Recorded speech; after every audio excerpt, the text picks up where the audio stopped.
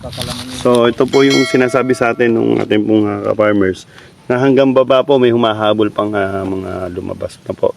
No, sa ibang mga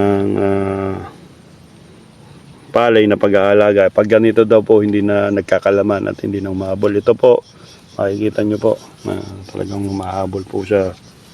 Ganito po kaganda yung kanya pong mga bunga o hay.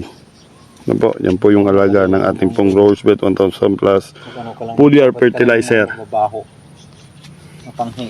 Ihi pwede ibabad mo sa ihi yung medyas.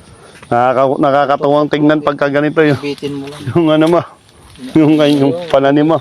Halos puro ko lang makikita. Puro bunga makikita mo eh. Walang makitang dahon. Di mo na makita yung dahon, puro bunga nakikita natin. Grabe.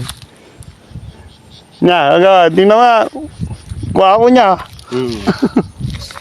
Makita natin to pagka nahinog na. Panto, after 2 weeks, malapit na itong ano yun. Hanggang pa ng mga ito, hanggang 25. So yun. Sabi po ng ating ka-farmers, mga hanggang 25 daw po to. So kailangan makabalik tayo dito bago mag 25. Para makita po natin ulit yung update natin dito sa may Sugpong Puso-Rubyo. Nakakatawang tingnan. Wala kang makitang dahon, puro bunga ang nakikita natin, no po.